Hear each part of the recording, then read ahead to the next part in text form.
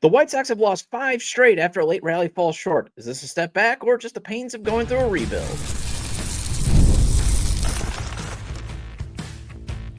You are Locked On White Sox, your daily Chicago White Sox podcast. Part of the Locked On Podcast Network, your team every day.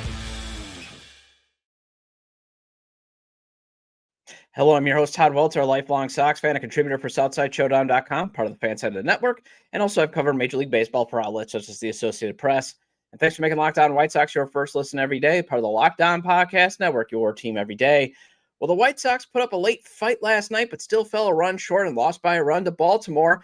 Let's discuss if this recent losing streak is the club taking a step back or you're just going through the normal struggles of a rebuilding team. Then the team admitted to being behind the times with its latest announcement. And then let's wrap up with another weekly Wayback Wednesday segment. Today's episode is brought to you by Gametime. Download the Gametime app, create an account, and use code LOCKEDONMLB for $20 off your first purchase. All right, shout out to my guy, Mr. Walls, for being the inspiration behind the angle I am taking. You know, he tweeted at me and at Todd J. Dub for those that want to follow. We're at Locked On Sox. That last night's loss was a major step back. And my take is, and I replied to him, I'm fine with losing streaks this year, so long as they're not double-digit losing streaks, because I keep maintaining. And I know I sound like a broken record, but winning and losing doesn't matter this season. Say it with me, development does. And I get the frustration with the losing overall. You know, I was listening to, for example, Mully and Haw on The Score this morning as I was taking my daughter to school, and I know Mully was getting frustrated. He was asking, you know, like, when are the White Sox actually going to win? And not like have a stretch of winning where it's like, hey, we might be able to get out of this dark abyss. You're talking about like a winning record. It's probably not going to be next season, but is it 2027? Is it 2028? And when you see things like a 5-game losing streak right now, you kind of get a little worried that, you know what, it may not happen at all the rest of this decade, because the goal should be, you should be trying to win the World Series once Justin Ishbia is ready to take over in 2029. But I can still feel a little confident that the development is going, I think, in my opinion, really well this season. That you could feel confident that 2027 or 2028 is when the White Sox should get back to being competitive, should get back to being threatening for AL Central Division titles, that type of stuff. But there's going to be growing pains. And to me, that this is all this 5-game losing streak is. It's been one big old growing pain. And it's been tough to watch the last 5 games, especially after you had that 6-game win streak where it was like, you know, hey, they're scoring runs with ease. They're coming from behind. They're rallying back. And then the offense goes and scores just 6 runs in a 43-inning span before finally erupting for a big inning in the 8th inning last night where the Sox scored 5 runs.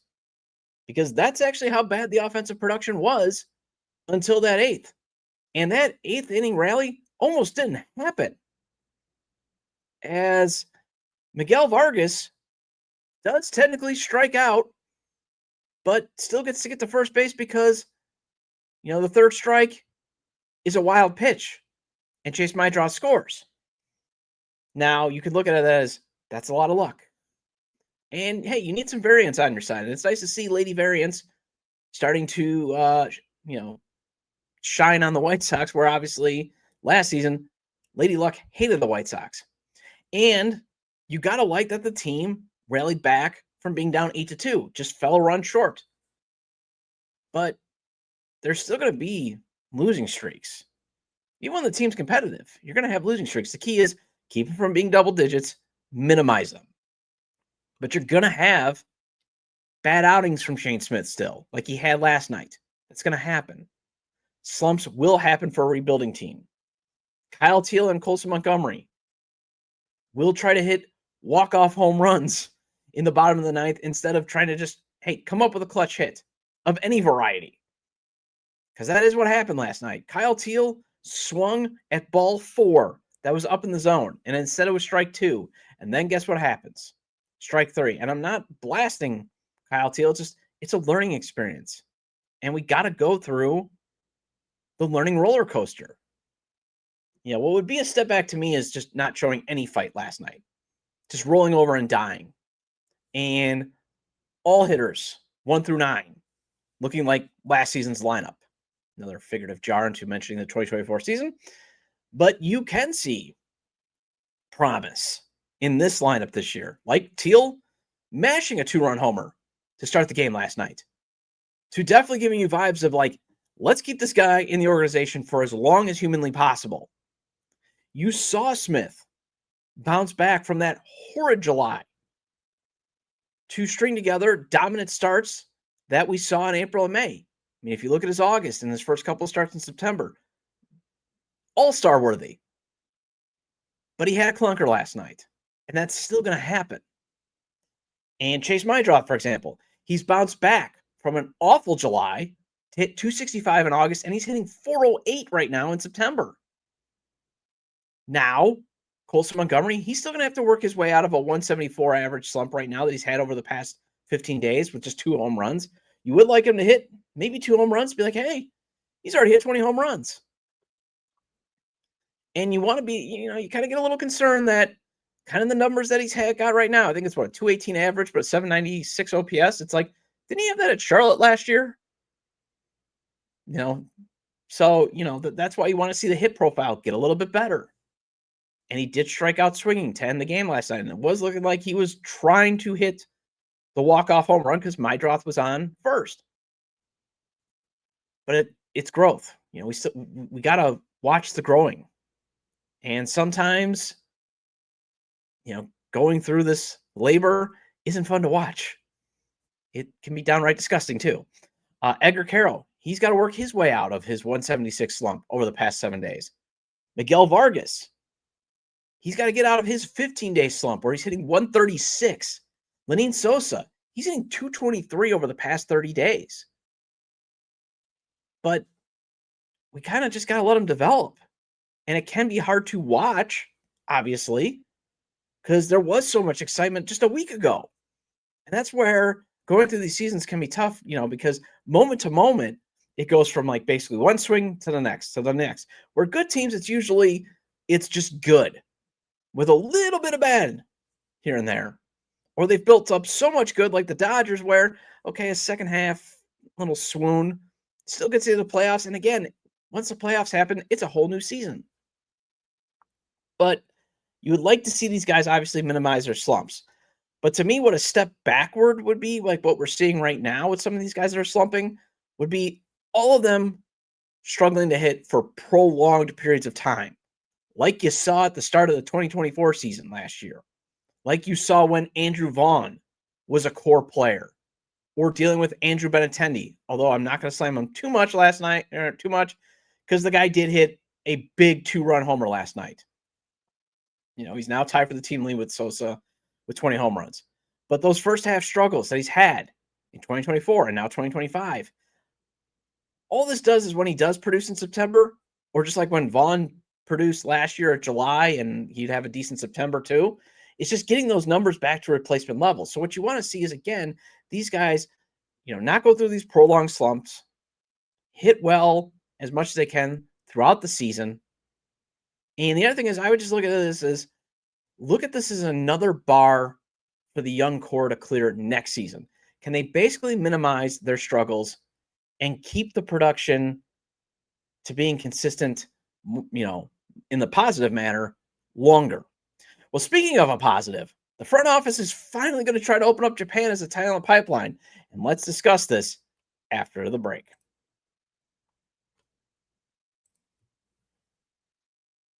This episode is brought to you by PrizePicks, the daily fantasy app where making the right call can actually pay off. You and I make decisions every day, but on PrizePicks, being right means cashing in. With football back, PrizePicks is the simplest and fastest way to get in on the action. Just pick more or less on 2 to 6 player projections, and you can turn your takes into real prizes all in less than 60 seconds. And I love how simple and easy of a concept PrizePicks is. And they run, Taco Tuesdays, where no, you don't get a taco. Instead, Taco Tuesdays consists of several discounted player projections on the board marked with tacos, meaning the more or less is down from what PrizePicks originally has available. They're also running a max discount for next Sunday's game with more or less on Patrick Mahomes' passing yards being at 0.5. So basically, he's got to complete one pass. Boom, you're almost there toward cashing in. Download the PrizePicks app today and use code LOCKEDONMLB to get $50 in lineups after you play your first $5 lineup. That's code LOCKEDONMLB for $50 in lineups after your first $5 play. PrizePicks, it's good to be right.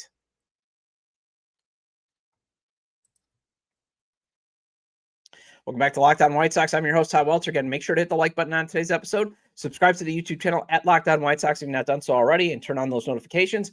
And if you can't catch the show on YouTube, you can get the audio version of the show on places such as Apple or Spotify. So make sure to follow or subscribe wherever you get your podcasts. Either way, get your 30-minute fix of Chicago White Sox baseball venting with me and maybe some hope. All right, so here's how much ground the White Sox front office still has to make, based on how they just let things just rot and still think it was 2005 in 2024. They just announced they finally hired a scout to focus on Japan. You know, that talent pipeline that actually produced a player who played a pivotal role in winning the 2005 World Series. Yeah, the organization sort of abandoned Japan after Tadahito Iguchi. And the International Scouting Department has paid for it ever since. I mean, basically, completely ignoring Japan and not even investing in like having scouts in the Pacific Rim, that's organizational negligence. But at least Chris Getz's administration is trying to put an end to that. And Scott Merkin, he shared this quote after talking with International Scouting Director David Keller. I got the tweet up for those watching on YouTube. This is at Scott Merkin, the White Sox MLB beat reporter. David Keller spoke to the media today and talked about the Far East market with the Sox. Quote, part of what I talked about initially was process. We're still in the beginning stages of setting up an infrastructure that allows us to feel good about a process in acquiring those players. Keller added, we recently hired a scout in Japan to scout the MPB for us. I was recently in Japan for 10 days and watching those players. And again, where the Chris Getz administration is at least trying to make up for this organizational negligence is, remember, they did make an attempt to at least get a meeting with Roki Sasaki last offseason. Every day, as you might remember, I did plenty of shows in the offseason about Roki Sasaki. And hiring the scout should at least help this organization try to acquire players that basically you don't have to develop. I mean, that's why, again, it was good business to at least send Sasaki's camp a presentation. They obviously didn't get the meeting, but it was free, basically, because he was also going to be a minor league prospect. So all he was going to cost was a signing bonus and the posting fee. And just maybe a little bit of development, because you're seeing the Dodgers. I mean, he's had some injuries, and you're seeing the Dodgers still might have to work on a few things with him. But the beauty of Japanese players is the MPB is basically considered by most scouts to be a tick better than AAA. It's basically a quad league, as they say. So you basically can get a player that's already been developed. Now, they might be a little bit older. That's the risk. And there's also the risk of, pretty much every Japanese player seems to want to sign on the West Coast. And they might cost a fortune in the posting system. But not every player is going to cost a fortune in the posting system. And some of them could be like Sasaki, again, where they're signing minor league deals because they're basically trying to force their way into the majors before, they're 24, 25, 26. And not everybody can play. The Dodgers, the Padres, and the Mariners only have so many spots. So reopen that pipeline, especially since there is a first baseman being expected to be posted. That would be great to bring into the fold. Sorry, Tim Elko truthers. But Munetaka Murakami, hopefully I pronounced that right. I've wrote it down phonetically that. But Murakami is expected to be posted this offseason by the Yokolet Swallows. And that's a guy that I would love to see the White Sox add. And they actually might have a fighting chance because guess who is the manager of the Swallows?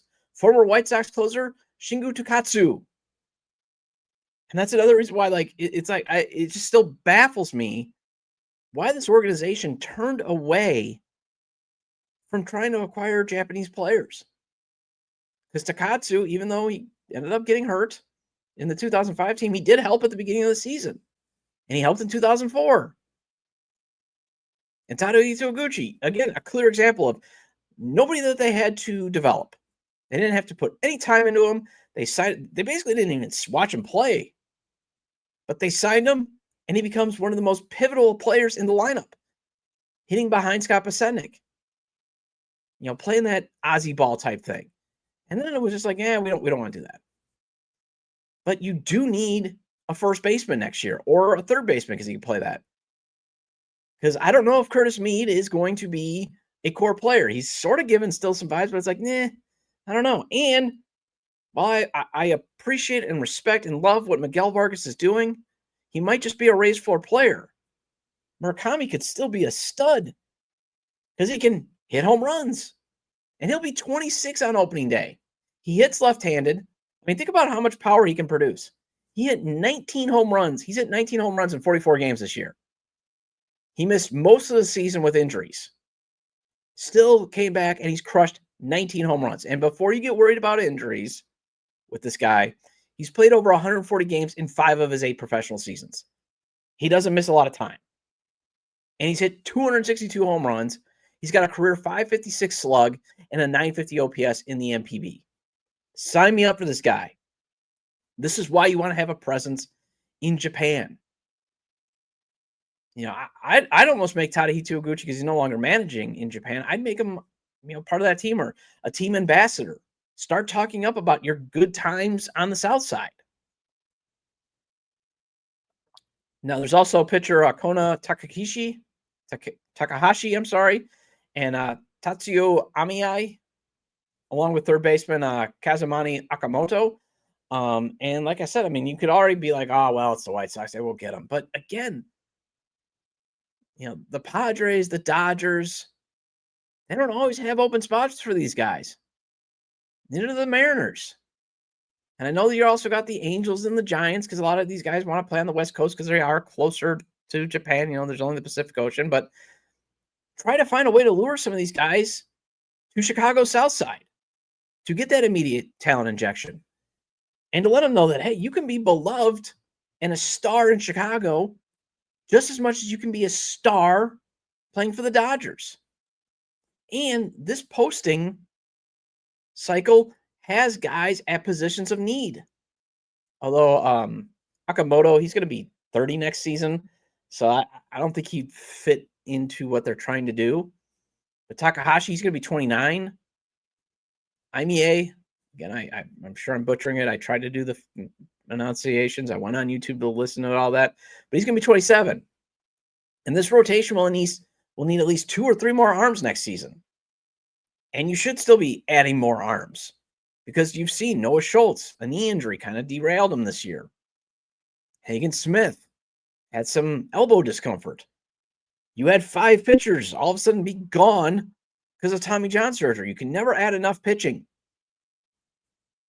And that's why it's like, this is actually good news. But it does speak to the organization just letting things get so bad in international free agency that they actually had to finally wake up and realize, hey, maybe we should reopen Japan because, that talent market once helped us win a World Series.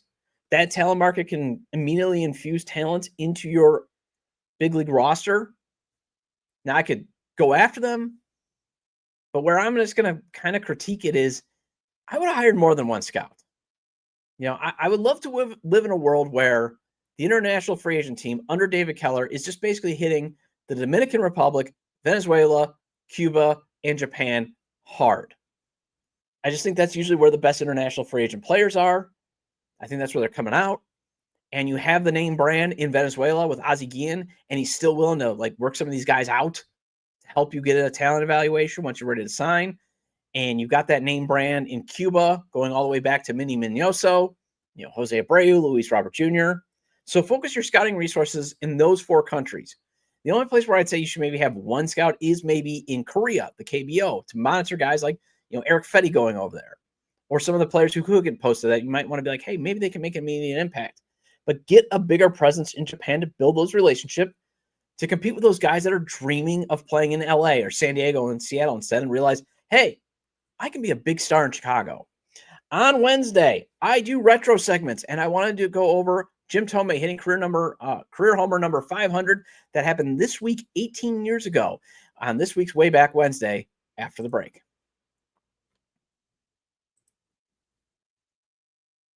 Most people can't name all their financial accounts or even what they're worth, whether it's 401ks, properties, or investments. And when you don't have the full picture, you can end up leaving money on the table. That's why there's Monarch Money.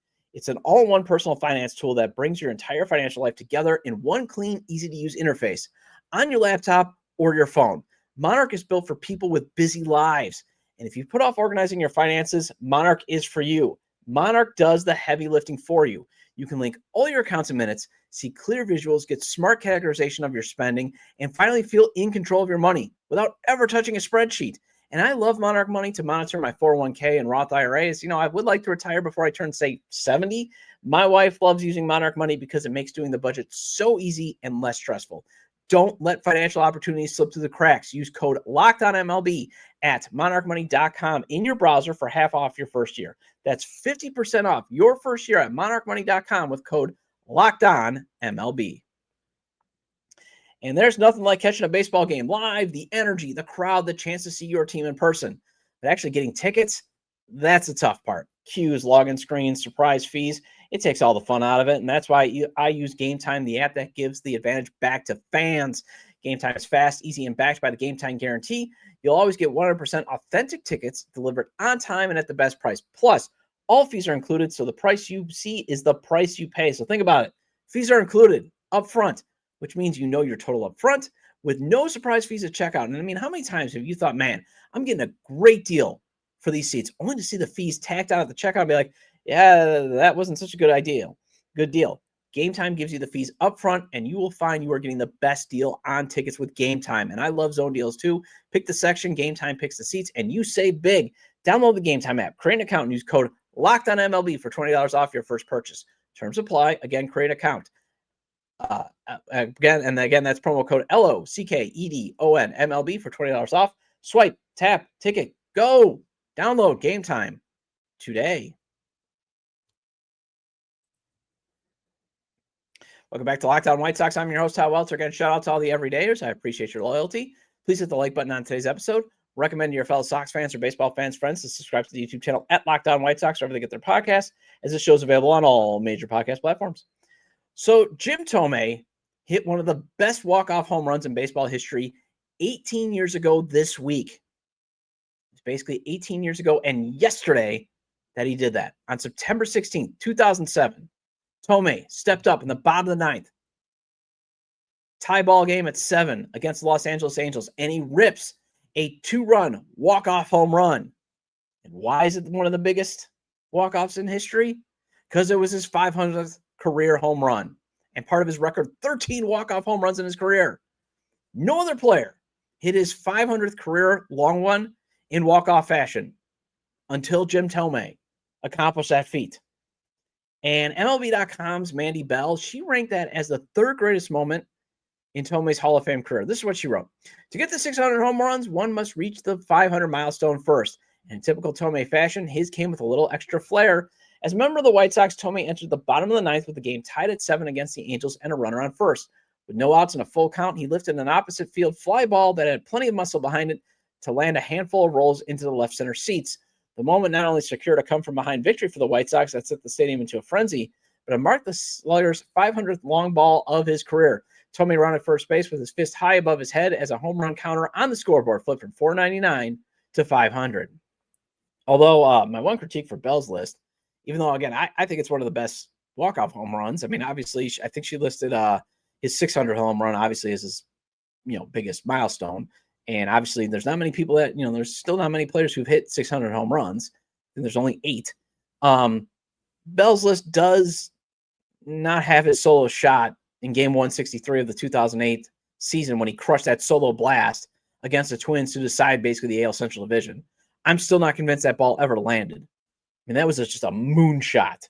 And it was the only run scored in one of the best games you'll ever see the White Sox play. And they actually beat the Twins that time. But the other reason why, I'm kind of revisiting it is the historical thing. But again, when you talk about lost seasons, 2007 was a lost season. Because remember, the team was riddled with injuries. So Thome's 500th home run watch was about the only reason to turn into the White Sox in September of that year. Kind of like this year, the only reason to turn into the White Sox is, hey, you want to see how these young kids are doing. And Thome hitting that home run in walk-off fashion provided one of the few highlights that the club had all season long. Although, remember, they did start to, shrewdly start to acquire some players that would help them win the 2008 division. Picking up Alex Rios' salary, for example. And he was a pivotal player in that lineup. Thome would go on to hit 112 more home runs after September 16th of 2007 with the White Sox, Dodgers, Twins, Cleveland, Baltimore, and Phillies. He finished with 600 career long runs, good for 8th all time. So yeah, it's 9 guys that have hit 600 home runs.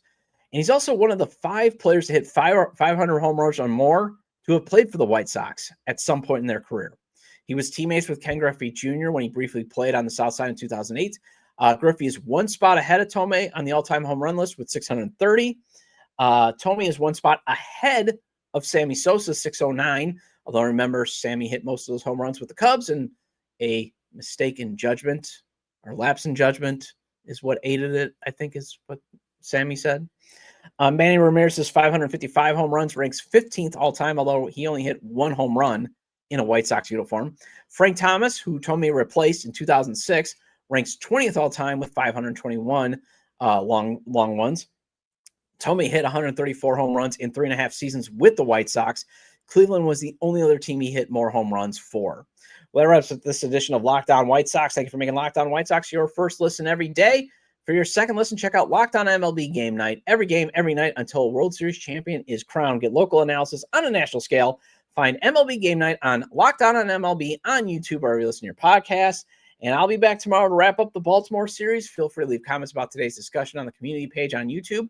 You can email me at lockedonwhitesox@gmail.com or leave them at X, formerly Twitter, at LockedOnSox or at ToddJDub. Have a great day, and I will talk to you tomorrow.